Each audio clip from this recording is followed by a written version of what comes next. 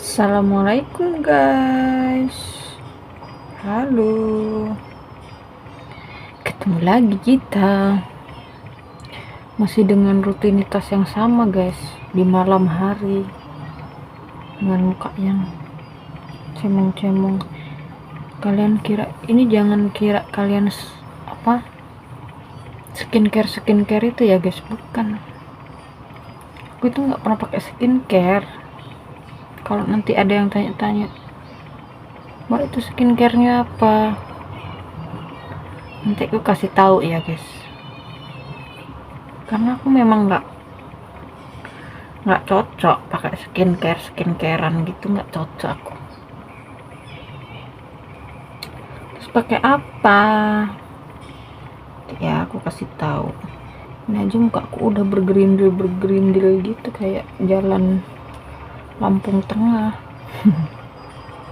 Ini jalan Lampung Tengah gerinjil.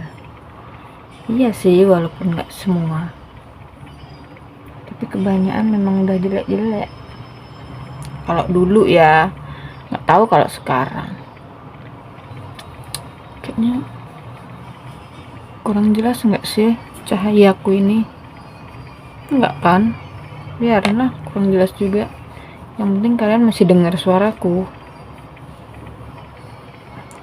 Nah, jadi kemarin itu ada yang tanya lo guys, karena di videoku sebelumnya itu kan aku jaga nenek. Mereka tanya lah sama aku, kok sekarang nggak pernah lihat neneknya? Karena aku udah ganti majikan ya. Aku tuh udah ganti job. Aku sekarang nggak jaga nenek lagi. Jadi mencet jerawat aku ini. Sakit sekali.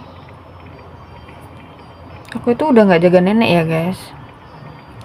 Jadi aku sekarang jaga kakek.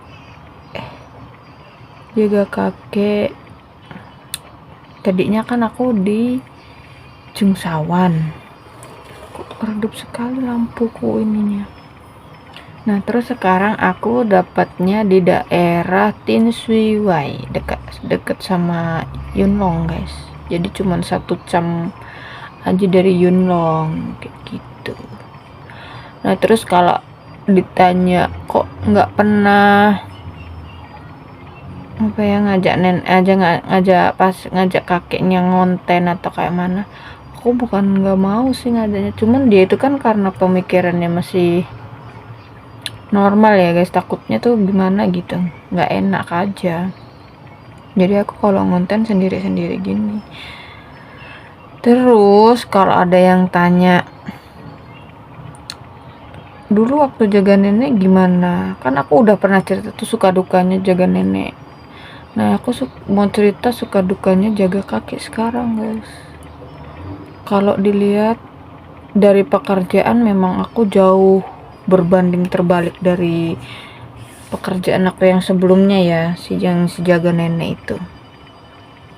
Kalau di sini lebih banyak santainya, apapun kuatur sendiri gitulah maksudnya, daripada yang di sana, karena di sana masih ada anaknya kan. Jadi yang mengatur itu segala apa-apanya anaknya. Nah kalau ini walaupun kakek itu masih punya anak, tapi dia anaknya itu nggak terlalu ikut campur dalam kayak nggak mau tahu lah gitu. Bukan nggak mau tahu sih, kayak memang udah ya udahlah cici aja yang anuin gitu, yang ngurusin gitu. Paling kalau kayak dia kayak ngasih masukan aja gitu, kalau enggak ya enggak sih. Dia juga datang ke sini nengokin kakekku itu, anaknya seminggu 1 kali, kadang-kadang sih bisa kalau dia lagi sibuk ya 2 minggu sekali gitu, tergantung dia aja sih. Kalau dia nggak sibuk ya. Nah jadi aku nggak cerita. Jadi guys, awalan aku kesini itu sebenarnya ada first time-nya tuh aku sama kakekku tuh awal ketemunya. First time-nya tuh aku pokoknya nggak enak. Pertama kali awal ketemu sama kakekku tuh dengan diawali pertemuannya nggak enak. Karena apa ya, aku juga nggak ngerti sih. Kalau orang-orang banyak yang bilang umur-umur segitu tuh memang otaknya otak-otak mesum gitu.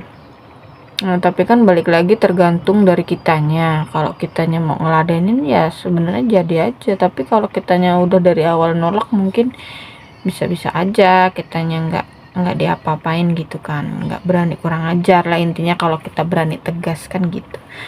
Nah, si kakekku ini ceritanya pernah ngasih reaksi yang nggak mengenakan. Jadi waktu itu aku sampai marah, sampai telepon agensi, sampai telepon anaknya. Karena menurut aku itu memang udah nggak pantas ya. Jadi aku itu pertama kali datang ke rumah ini guys, ini tuh kamar aku dulu tuh tempat perpustakaannya dia. Nah, di sini yang tempat aku duduk ini itu tadinya ada meja besar, tempat dia baca, tempat dia ngelukis, tempat dia pokoknya ya kegiatan dia tuh di sini. Nah, semenjak ada aku, karena di sini ruang kamar itu cuma 2, jadi dipindahlah ruangan perpustakaan ini dipindah ke ruang TV. Jadi meja dia itu kupindahkan di sana semua. Aku beresin lah rumah ini, terus jadikan ini tuh kamar aku.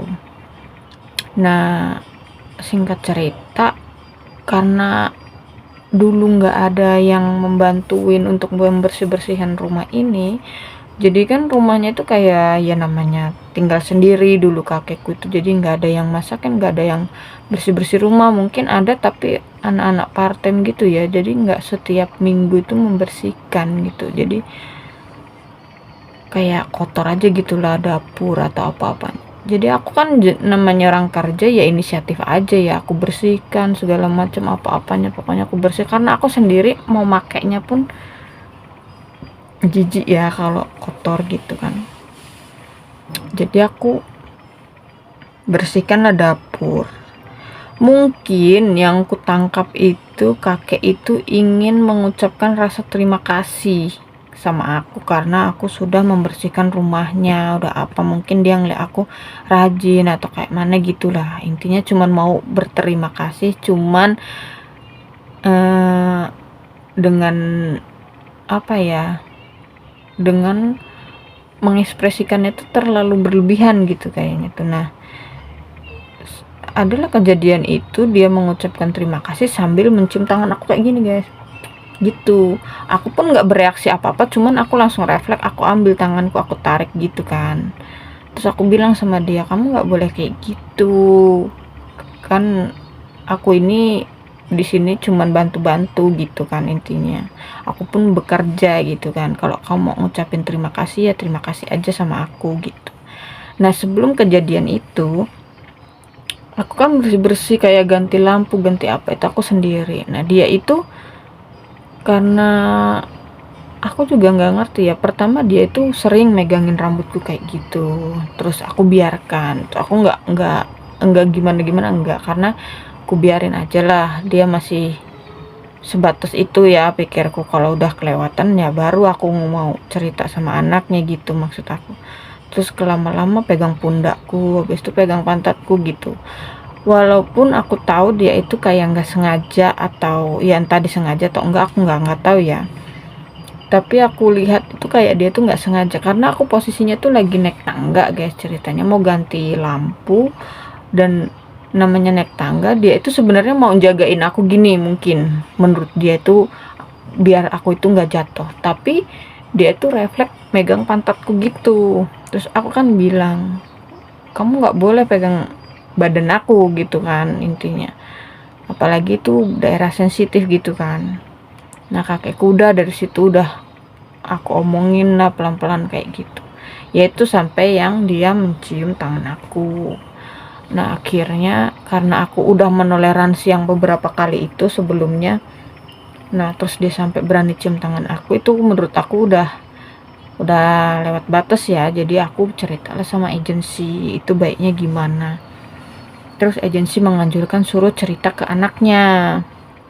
Akhirnya aku ceritalah dengan anaknya begini, bahwa sebenarnya aku niatnya di sini cuma bantu-bantu, jadi jangan sampai ada dia itu rasa,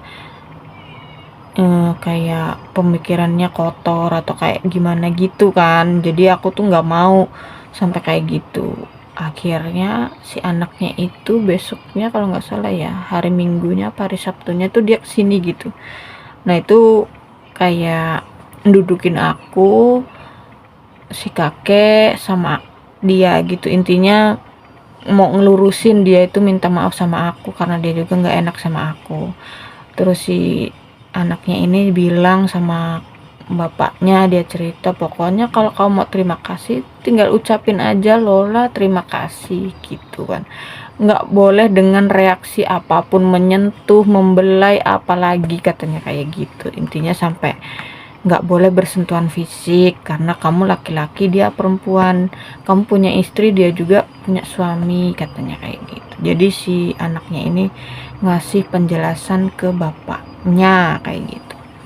Nah dari situlah si kakekku ini udah nggak berani ya, sampai kulihat sih kayak kalau dari tatapan mata dia itu tuh kayak ya kita bisa nilai sendiri lah ya, namanya laki-laki itu kalau ngeliatin dari apa yang mau dilihat gitu tuh kan dia kayak menjurus banget gitu matanya. Cuman aku tepisin aja, maksudnya nggak aku pikirin gitu, yang penting aku di sini kerja, dia nggak aneh-aneh, aku pun nggak gimana-gimana lah, intinya kayak gitu. Ya sebenarnya lillahi ta'ala, cuman kalau udah nemuin yang hal kayak gitu kita tuh harus bertindak tegas, apalagi di rumah kakekku ini nggak ada CCTV guys, jadi aku suatu saat mau ada apa-apa aku nggak punya bukti kan kayak gitu. Makanya buat kalian yang baru bekerja jaga orang tua pasiennya atau di rumah ada tuannya yang kayak gitu, sebaiknya kalian itu hindari. Tapi yang nggak banyak juga sih yang maksudnya nggak nolak. Bahkan aku pernah baca berita itu ada seorang TKW yang mau berhubungan suami istri sama bosnya, padahal si bosnya itu masih punya istri gitu. Nah terus sama si bosnya perempuan ini dipasang CCTV tersembunyi gitu, mereka itu ngelakuin itu sehari bisa 2-3 kali kayak gitu. Itu kan bikin malu ya sebenarnya. Cuman kalau dipikir-pikir aduh kayak gitu tuh kita tuh niat apa sih kesini gitu loh, balik lagi tuh mau apa. Kalau cuman mau kayak gitu nggak usah nyampe sini lah, di luar negeri di tempat kita juga banyak di Indonesia yang kayak gitu kan, ibaratnya kayak gitu. Udah di sini kita jauh sama keluarga mau kayak gitu. Ya maksudnya bukan aku sok suci atau kayak mana, enggak, cuman ya intinya jauh-jauhin aja lah yang hal-hal kayak gitu. Gitu aja sih kalau aku. Makanya kalau bisa aku itu ya jaga kakek ini, semoga aja dia nggak gimana-gimana lagi, nggak aneh-aneh lagi atau gimana. Yang penting kan niat kita tuh aslinya kalau dia itu ngerasain kita itu tulus, sebenarnya dia juga rasain sih kalau kita itu baik atau kayak mana, dia pasti tahu lah intinya kayak gitu kan. Makanya aku nggak pernah mau apa ya, kayak dibuat-buat gitu loh, kayak munafik kita tuh di depan dia baik atau di belakang dia tuh gini-gini, nggak mau. Jadi yang penting kalau misalnya ada keganjalan apa, yang aku tuh berusaha ngobrol sama anaknya, jadi biar anaknya nih tahu nih si bapaknya itu kalau di rumah tuh begini, karena mereka kan nggak tinggal satu rumah guys. Jadi si bentar dulu, mataku ini kayak kelilipan apa gitu, kok ada yang mengganjal. Nah jadi si kakekku ini sebenarnya masih punya istri, tapi mereka itu pisah ranjang atau gimana gitu, aku nggak ngerti sih ya karena kakekku nggak pernah cerita. Jadi si kakekku ini masih resmi suami istri, belum bercerai, cuman mereka pisah aja gitu tinggalnya. Jadi si kakekku hidup sendiri, si istrinya kakekku ini tinggal sama anaknya kayak gitu. Makanya aku juga nggak ngerti sih kenapa gitu mereka berpisah atau kayak mana. Aku juga nggak berani tanya ya guys, karena itu kan udah di batas apa ya namanya, itu udah pribadi kan, privasinya mereka, aku nggak mau lah nanya. Cuman aku itu pernah nemuin waktu dimana jadi aku itu daftarin kakekku itu kontrol bulanan gitu. Nah karena si kakekku ini orang yang ngeyelnya luar biasa ya, aku itu nggak dibawain KTP-nya dia guys. Sedangkan orang sini itu kalau apa-apa itu harus pakai KTP, sedangkan aku nggak tahu. Aku cuman dikasih nomor HP sama nama dia. Terus si susternya ini kan dengan ngotot karena kita nggak bawa KTP kan, jadinya kita nggak tahu ya. Mereka itu tetap ngotot, kenapa kok kamu nggak bawa KTP atau kayak mana gitu lah. Intinya ya bisa mendaftar tapi ruwet gitulah. Susah banget guys di sini tuh.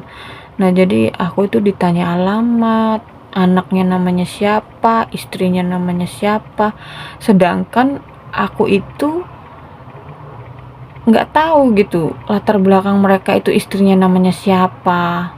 Terus ditanya sama suster, ini kalau misalnya kamu nggak tahu siapa-siapanya, kamu itu kerja di situ gimana kalau apa-apa nggak tahu lah. Kenyataannya karena memang aku nggak tahu, kan si kakek juga nggak pernah cerita istrinya namanya siapa.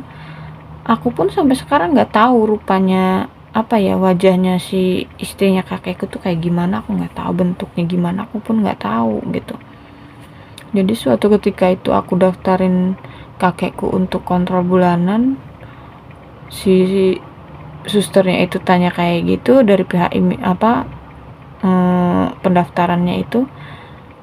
Aku jadinya cuman bilang nggak tahu ya, kamu sampai aku dibentak-bentakan sama pihak sama susternya itu karena aku bilangnya nggak tahu gitu.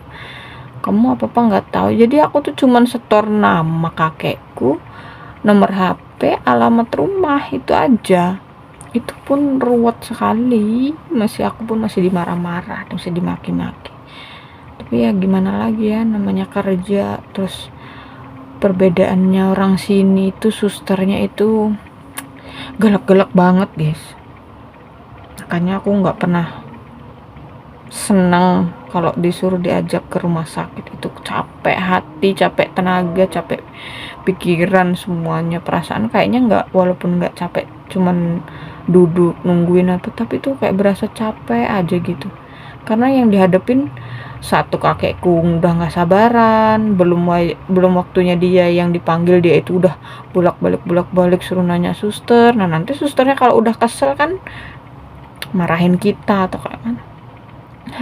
Itu udah makanan sehari-hari. Untung aja nggak setiap bulan aku kontrol guys, 3 bulan sekali. Kalau setiap bulan kayaknya udah kenyang aku dimarah-marah orang kayak gitulah. Jadi aku cuma mau bagi tips aja buat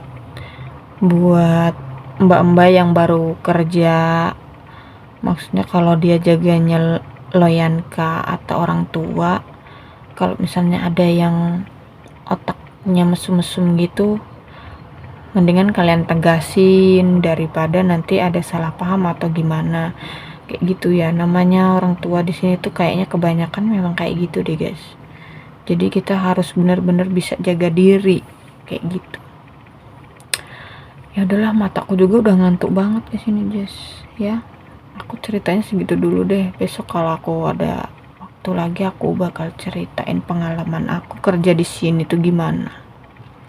Oke, biar buat referensi kalian, buat ancang-ancang kalian, oh ternyata di Hongkong itu begini.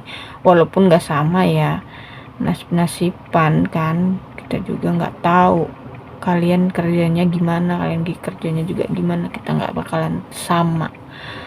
Cuman ya namanya sharing, kita boleh dong, jadinya buat referensi kalian aja lah gimana. Oke, aku tidur dulu ya guys. Makasih sudah mendengarkan celoteh aku. Dengerin omongan aku kayaknya yang kata haters ini nggak penting kali gitu, tapi ya nggak apa-apa lah, daripada aku nggak cerita kan. Oke, kasih, bye bye, assalamualaikum.